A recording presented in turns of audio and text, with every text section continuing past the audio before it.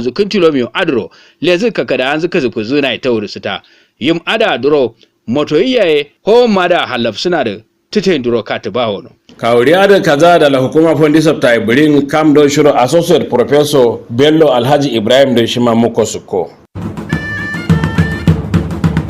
Kunduro alabara su kizubcin nakara ningiri ba zawon logana jamara masu rashawari atin kurade masande wande awanza bati ngubdolanza soda jololon jiro pizahi jololon jiro awa bati ya ngubdola pitade shimadia kamso pato soa kurade ma kamso loruso kurade ma sayonon jieso kurade ma ngura ladin tol kambiso suku tajirwa hata kama lorua amla sodo suku zawagnazi nakara ade suku mayaka duya kaza dala rashidia.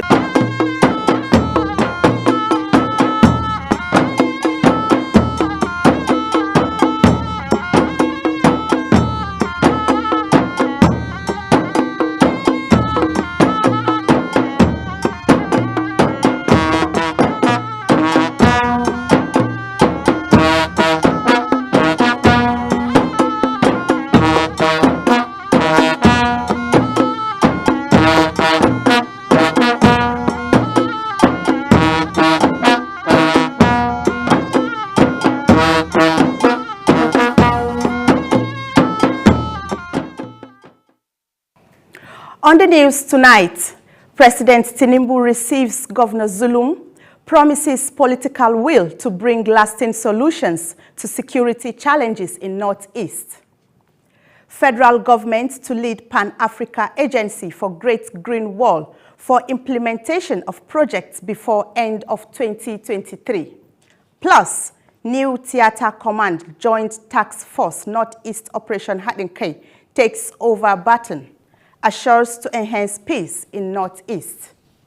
Good evening and welcome to Nta Maiduguri News. Today is Thursday, 13th July 2023, which is also the 25th of Zulhaj 1444 after Hijrah. I am Fatima Isa.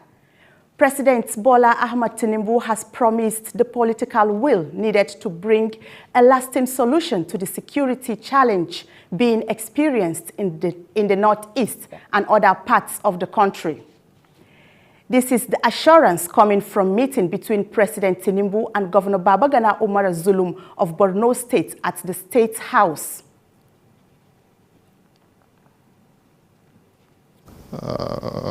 It's one of the states that is facing security threats, but we thank God that now there is gradual return of peace to Borno State. But we want to sustain the security situation, the improvements in the security situation. I briefed him, and then he assured me that he will give all the necessary support to the Nigerian military and paramilitary with a view to ensuring sustainability of the existing security situation that we have in Borno State. In addition to this, I have also told him on the plight of the IDPs, on the plight of the refugees, Borno State refugees, and then the last but not the least, on some of the challenges, issues that we have in Borno State. He assured me that federal government will partner with Borno State and ever ready to provide the political will needed to support, to partner with the federal government in order to bring succor to the people of Borno State.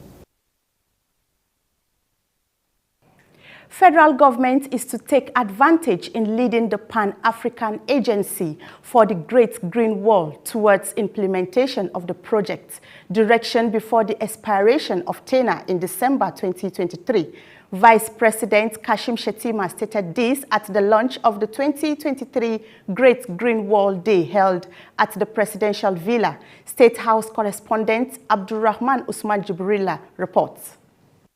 Our temperatures are becoming extreme, our rivers are drying up, our wildlife has become endangered, and our forests are thinning out. We are not only at the mercy of a wall with inadequate green landscapes, but we are also forced to migrate towards greener pastures, literally. This frightening reality is why we are gathered here today. This is what has inspired the Great Green Wall project. Vice President Kashim Shettima restating government's commitment in complementing the existing techniques strategies and approaches to improve the efficiency and effectiveness of the Great Green Wall Afforestation and Reforestation Program. I appeal to all of us to see this initiative as an emergency rescue operation. We inherited a dream that we can't afford to relegate, because doing so isn't even an option. Our predecessors were aware of the danger ahead, and the burden is upon us now to pursue this mission as a life-saving mission. The completion of the project was a promise made by the Tinubu administration in the campaign manifesto to guarantee food security and prevent climate-induced migration. I wish to inform this gathering that we are strongly committed to ensuring that the mandate for which the National Agency for Great Green Wall was established by the federal government are pursued vigorously within the framework of the available resources to meet nationally determined contribution and reduction of greenhouse emission. The program has also provided job opportunities for young people and women in rural communities towards improving their economic conditions. From the State House, Abraman Usman Jibrila, NTA News. The new Theatre Commander Joint Task Force Northeast Operation Hadinkai, Major General Gold Chibuisi, has assured to work towards enhancing the significant peace being enjoyed in the Northeast Theatre of Operations, as more than 100,000 Boko Haram terrorists have so far surrendered, with 8 more being the latest with their weapon. The theatre commander stated this after taking over command of the operation in Maiduguri. Memuna Garba reports. The new theatre commander, Major General Gold Chibuisi, who is familiar with the terrain, having served in 19th Brigade Baga, Borno State, and immediate past Force Commander Multinational Joint Task Force, are sure to remain focused in clearing remnants of the insurgents, even as more terrorists are coming out daily to lay their arms, owing to sustained onslaught these days. A lot of effort has gone into this operation, and we're at a crucial stage in our plans. So I will continue to solicit the support of all stakeholders, because we are going to give it our best shot, and God willing,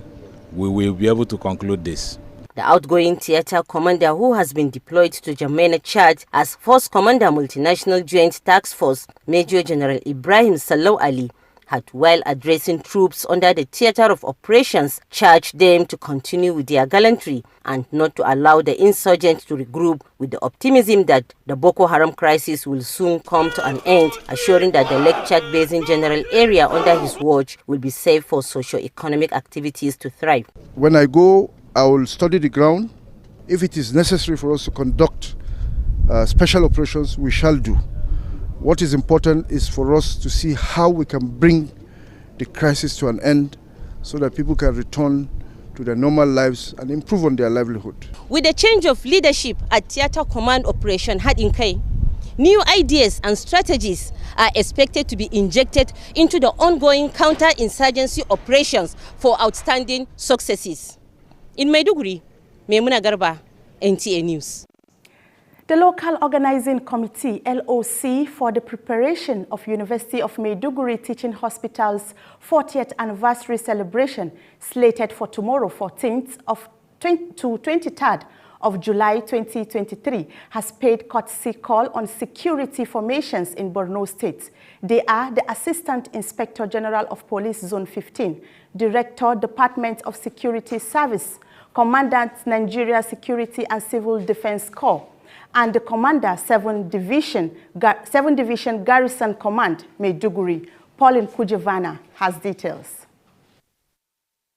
Chairman of the local organizing committee, Professor Shehu Liberty, said the visit was to strengthen the long-standing relationship between the health institution and the security agencies, and also to solicit security cover for the success of the 40th anniversary celebration of the hospital's excellence in healthcare service delivery, covering the northeast and neighboring countries of Cameroon, Chad, and Niger republics. Professor Liberty extolled the state security service chiefs for their continued resilience and commitment in the protection of lives and property in the state. The Assistant Inspector General of Police Zone 15, AIG Abdul Umar, while commending the hospital for its outstanding contribution to saving humanity and in the healthcare sector, especially during the peak of insurgency in the northeast region, reiterated continued commitment to the development of the hospital and the state, adding that national interest is their utmost priority. On a similar note, the acting state commandant of Nigerian Security and Civil Defense Corps, Yahaya Jallo, and the commandant 7th Division Garrison Command, Brigadier General T.M. Opurum, equally appreciated the University of Maiduguri Teaching Hospital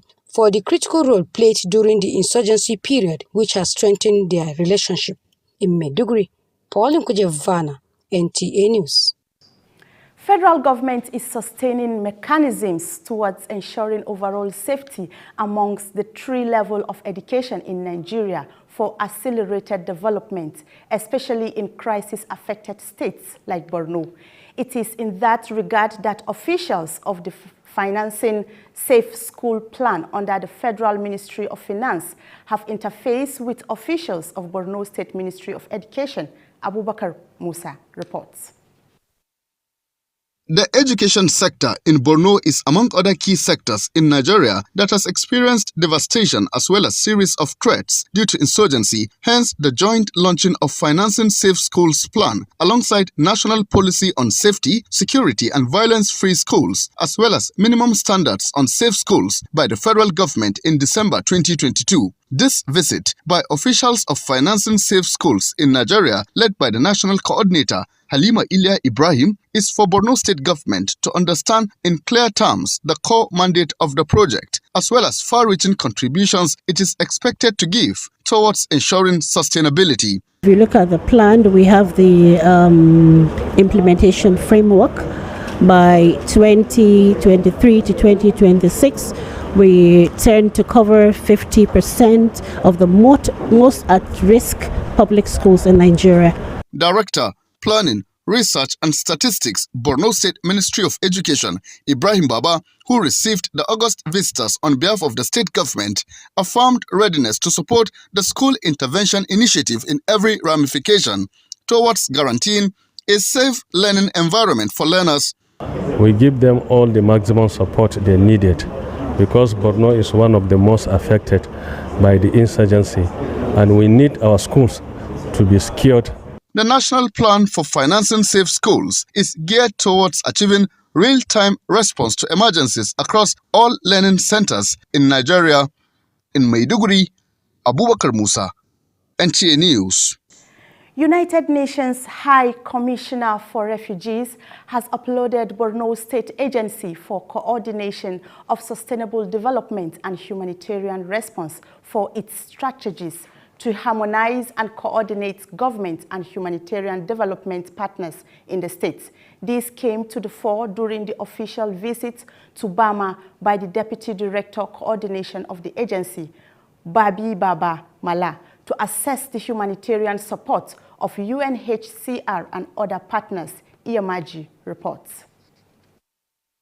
Borno State Agency for Coordination of Sustainable Development and Humanitarian Response is saddled with the responsibility to formulating policies, guidelines and programs to enhance efficiency and streamline activities of development partners with the State Development Plan. The agency's one-day visit to Bama was led by the Deputy Director Coordination, Babi Babamala, where they were received by the Assistant Protection Officer, United Nations High Commissioner for Refugee, UNHCR Daniel Bisu, who enumerated the Commission's achievements and assures to maintain and sustain the support for the benefit of humanity. The team lead, who is also the Deputy Director Coordination of Borno State Agency for Coordination of Sustainable Development and Humanitarian Response, Babi Babamala, applauded UNHCR for complementing efforts of Borno State government in areas of repatriation, protection, shelter and livelihood intervention. Equally commended the State Governor Professor Babagana Umarazulum for investing in human capital development.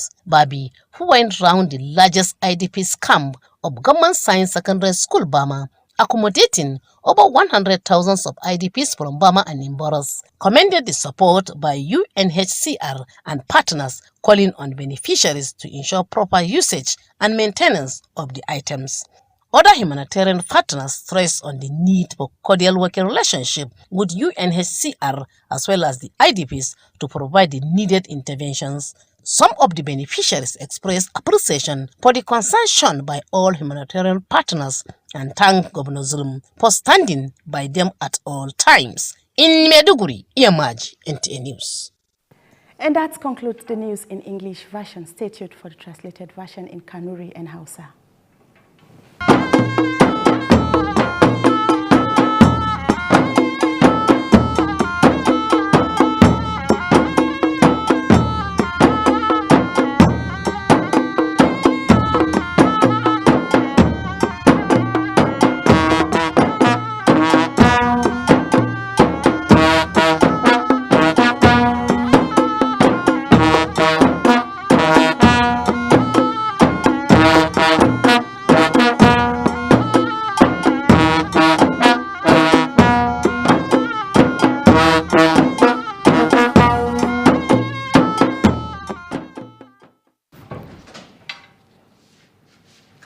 kala hawarai kura lardiya tinubwe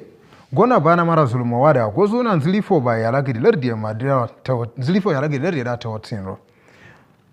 gwamnati lardiya wada gozuna hukumar lardin Afirka ngalatuya mada asalazu ci da zan nasartenro kazalla birin gerger askara hadin kai ya mariya nim kazalla gerger diya mai laro sumona jama'a sun dardo da koro soto surongo fasari hawarai talam kanuri NTA ku lamis kamiya loko ya kanta Julai sadu ndi finde loko ya kai shido wasu kakala zinama ka finde loko kanta hajji sadu yarda finde loko diyon ga hijira o makaratu ma bakar kwalo kura lardi bola mai tilbu wada gozna muradu dokin to kirmai siyasa min kazi bautun zulifo ya lagade lardi ma da pro sulfo amazino ada kura lardi dia bayan gono sa gwamna kire bana mara zulume shirin ningi a fato gwamnati kire lardi ladin ripsuna ladin gona bana mara zulume futu bayan zana ladin kura lardi ro murada don zulifo bautun zulifo bai kire ma da shiro bayan zana lan kuru kazi ya daga regab sana jama kire da gare zana kuru lamar am hijrawi ya shiro bayan zana ladin Allah kura lardi de murada ade samma ala yasidiya galjins ta wada chono gwamnatin lardi kasala hukuma Afirka Great Green Wall no tana mada kasala da gozu cida sun galau futu furo su kana mada kawukan tawe December sa adiyero kanasar rata watsin ro bana makura lardi kashim shetima araba yanzu sa kalele balte hukuma da sa adiye fato gwamnati lardi lan itagatsen ladin wakilin da Abdurrahman Usman Jibrilai andero bayan san ladin kashim shetima kasa da gwamnati na shatar tifa hukuma da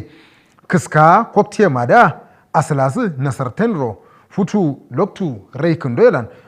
kuralar da bala mai tinubu yawa da gosuna ide yaro ala yasidiya nasartensu ta wadacina kazalla girge askar hadin kai dole ya burin ma Major General Chibusue Gold Chibusue wada gozna nzilifo do ala baras ke kare Borno to ndina mada ta watsi ro kazalla dai ara bayin gono sa kunto girge de ya bula yarwa la samoyin ladin mai mana garba yan dero karasain ladin Major General Gold Chibusue bayan nasidin ladin wono lamarin zilifo zaman zilifo ya kire da zauro no suna sau kufu miyallu ko larin mi bula bagai madin rozna kawshana allo saudi marona allan wada gono kusin zirtariyu ma da phrase barosidinro ta naso futun zirtariyu yar kada tipsa bari me zakol za da haza inda turiya ta naso yim larafa da masan dikam usku bari me zakol za da haza na da wutiya ala yasidiya kana sarratu wandino no kazalla dina gerger die koltima shidon jamena lar chatiro shazo tuna made meta jama'a ibrahim sallallahu askrada bojo kala killa kazalla bulin ro sodi kuru gultin ziladin nono zilifo ba zirtari wiya ma de suro kriye ladin datinan rammo ala yasidiya ishina su ta wadacina kwamitin lamarra kirere ritari kostin ne sa su fide wuro sumburuna yi da wartiye ningiya hukuma zilifo ya gade da suro bala yarwa ya ladin rupsuna na daltana masu da ya sandima bana makura da riya ya jongo kan miya luko wumi a cidarin zilifo ya kare bulla ma da civil defense ya kufu askarai da kuncin no rupsuna forin kuja bana yandiro karasain ladin kaza da la committee da show liberty ya sandiya ka origin ladin nono ningin za shi ma da num kam don galo ndika tare tare da hukuma zilifo da tawatturo kedo na kurlan goron za sandiro bayan zina kilele za furu sakana ma Allah sayron zilifo a tawatsaro bana makura da riyaye AIG Abubakar AIG Abdu Umar kasa da cida galawli tare da ta nasu lokacin zulifo bayanan sidin ma da ya zazak suna kurwa da gozuna maradan ta sama sun diro galjino futo ada ya sandi gab suna ma da ri tare da zazak sana kuru wada gozuna kalakal maradan sana wasu sun diro sajino gwamnatin lardi ya tartifa sandina so kirtiro su ku zulifa maranta su lan tautin su wada gozuna allan gaweti komiti do zurfoton zulifo maranta ya furta cidaram lamarra kuna ya lardi ya madiya ningi a cidaram ilmu ya kare borno ya duro ripcho abubakar musa ya ndero karasain ladin na sha ilmu ya kare borno ya ladin zauren gawo suna tanaso zulifo bai do kare da grezina diya sauro wano adiya suka tartifan galo gawana kallan kirtiro suka zulifo a maranta lan ta wato da zauro lambitina wano da wari duk kuruma lardi halima iliya ibrahim ningin zakare borno ya kudoma da futu cidado tidiya sandina kurkuna sarrado furtu komitin zadiyan tondina ma da kurro kasha wano susu gwamnati lardiyaro cidama fal lamaratar tiptiye cidaram lamara ilmu ibrahim babaye sandiya kawar jila nunono sandiro ta wada cina na sha son zulifin maranta ya da gwamnati kare ya ta wacce ro komishina kuntowa lamar hijirawe majalis dinai hukuma kaninga galautuwe ma kare borno ma da zazak suna futu num kam galau dikate hukuma ci da kan jimariya sadin ma da gwamnati kare ma da ta wattun zuro ada bayan gada sa amerikun joma hukuma da babi baba malai ci da komishina diya huma na ba mai kurur le zanen ladin iya maji an dero karasain ladin hukuma do karabka ci da kan jimariya lamarra kuriye ma de karaudo lamarra ci da kan jimariya diya kuruwa sandiro wala firta kuru sandiya shimota idan zuro luwata wano sannin gida babi baba malai hukumar huma na ba mai rupsu na ladin fasal duk kuruma huma na dai daniel bcs sandiya kapsu na sumo ladin kana sarraro awo furtu commissioner den tondina ma da sandiro bayan zena kirti hijirawe da dirizana sorin ladin kasa da gwamnati kare borno ma da zazak suna fito hijirawo ce da zana yadro hijirawo ko fallalan gona bana mara zuluma hukuma karabkada soro askaran za gumza na fito safi soro sandiro cilum datin zaro da jama'a su adama da tarar hawara ne ko yau sai kafa ala indiya sai aka da yawan tusunyo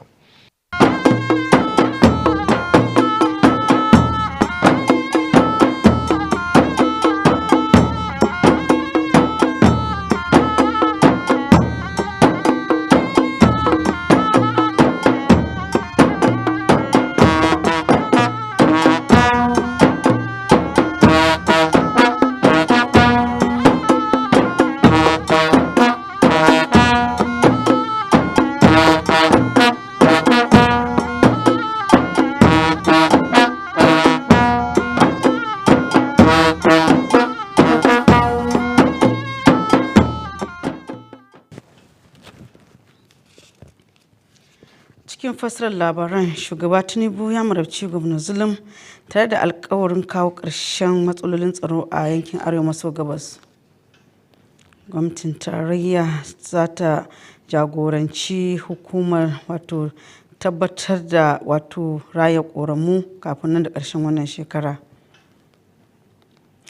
sabon kwamandan operation haɗin kai ya karbi mulkin ragamar rundunar tare da tabbatar da inganta zaman lafiya a yankin arewa maso gabas masu kallo barkamu da haka kuma barkamu sake saduwa cikin fasa labaran kuma Nta Maiduguri a yammacin yau alhamis 25 ga watan zulhijja shekara ta 1444 bayan jiran manzo annabi Muhammad sallallahu alaihi wasallam wanda ya zo daidai da 13 ga watan yulin shekara ta 2023 a kuma fassarar cikakkun labaran mai karanta Murjanatu Hassan. Shugaba Bola Ahmed Tinubu ya alkawarin daukar matakan da suka dace domin kawo ƙarshen kalubalen tsaro da ake fuskanta a yankin arewa maso gabas da kuma sassan ƙasar nan. Ya tabbatar da hakan ne a lokacin wata ganawa tsakanin shugaba Tinubu da gwamna Bagana Umar Zulum na jihar Borno a fadar shugaban ƙasa.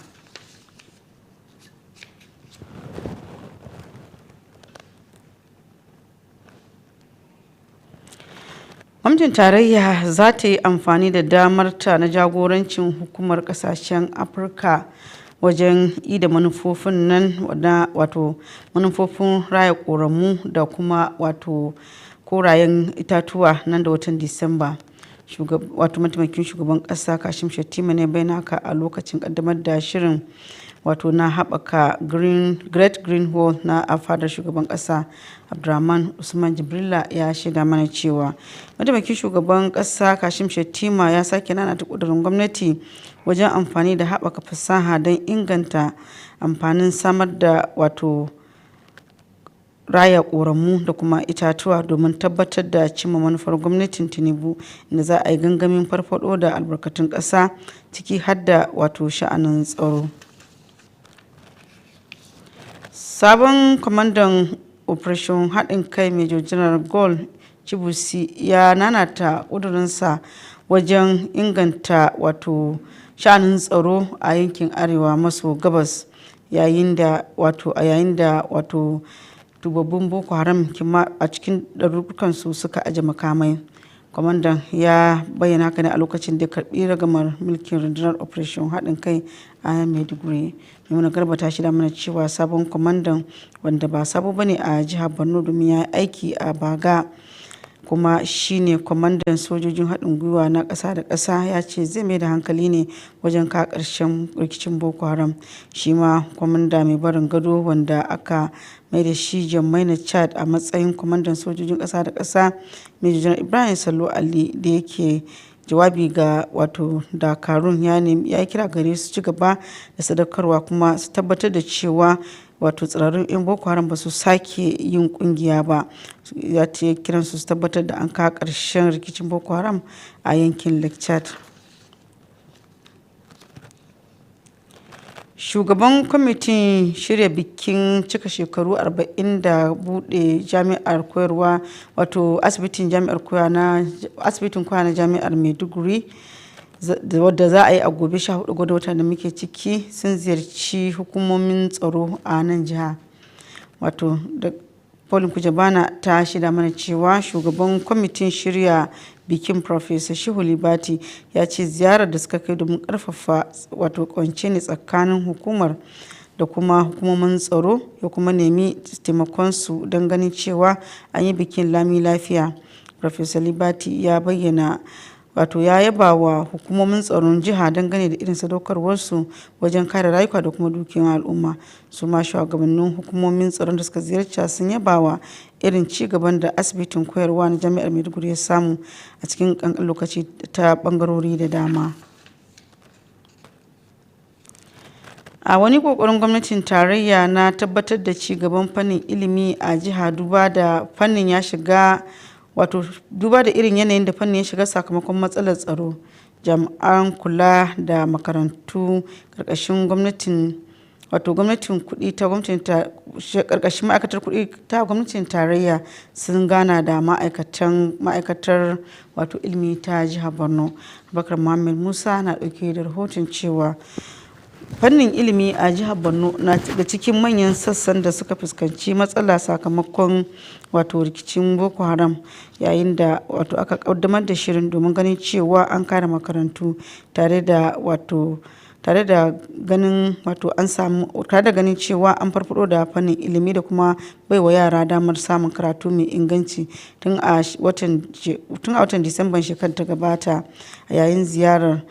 cikin jagorancin coordinator shirin Halima Iliya Ibrahim sun gana da wato jami'an shirin a nan Maiduguri, yayin da wato daraktan bincike da ƙididdiga Ibrahim Baba ya marabce su yayin a madadin gwamnatin jiha, inda ya ce a shirye suke su mara makarantu don ganin